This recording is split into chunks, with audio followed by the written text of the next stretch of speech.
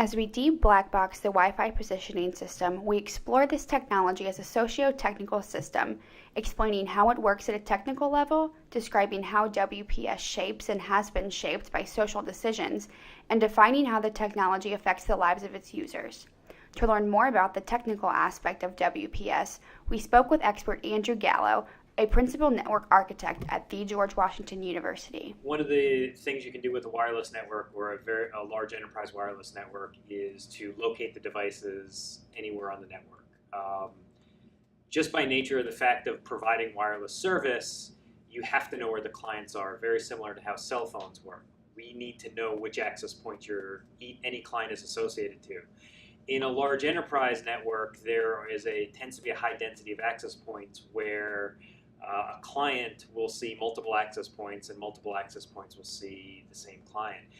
Based on the received signal strength indication, or RSSI, of the client, the network can then determine through triangulation approximately where the client is.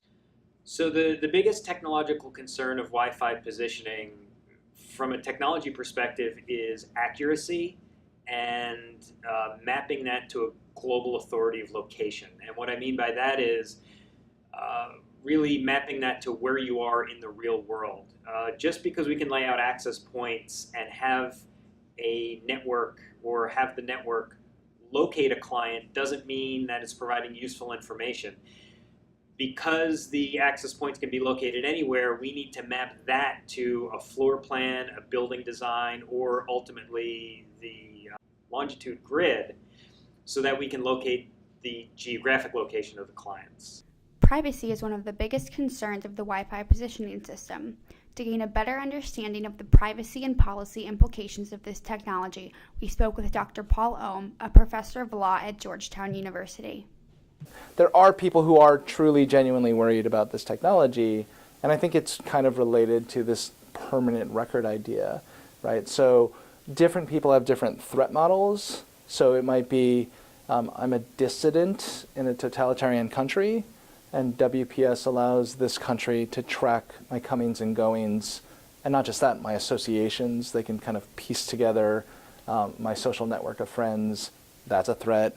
Here in the United States, it's kind of more about law enforcement. So the FBI really has no business knowing where I'm coming and going for the past 5 years, long before they ever suspect me of anything.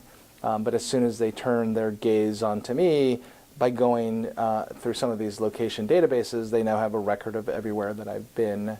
And then, for other people, it's corporations. Just companies have a lot of power.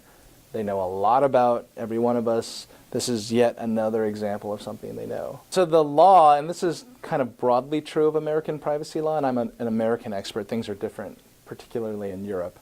But in the United States, the name of the game with privacy law is we take what we call a sectoral approach, meaning we apply privacy in different, like health, finance, education.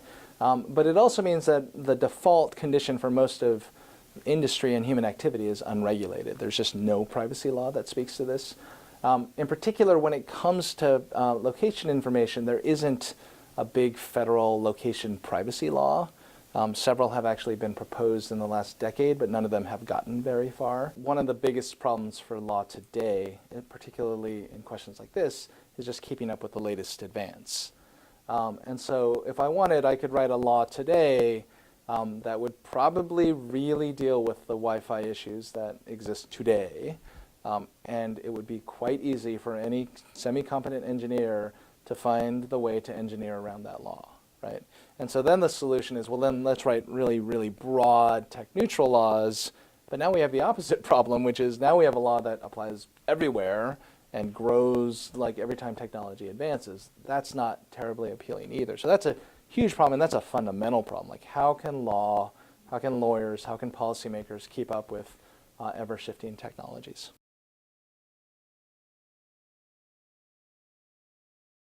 I would think that for most mobile location devices, people are relying on their cell phone, so a hybrid GPS Wi-Fi positioning does make sense, and I think it's pretty much seamless for the way that most vendors are deploying their services, such as Google and Apple.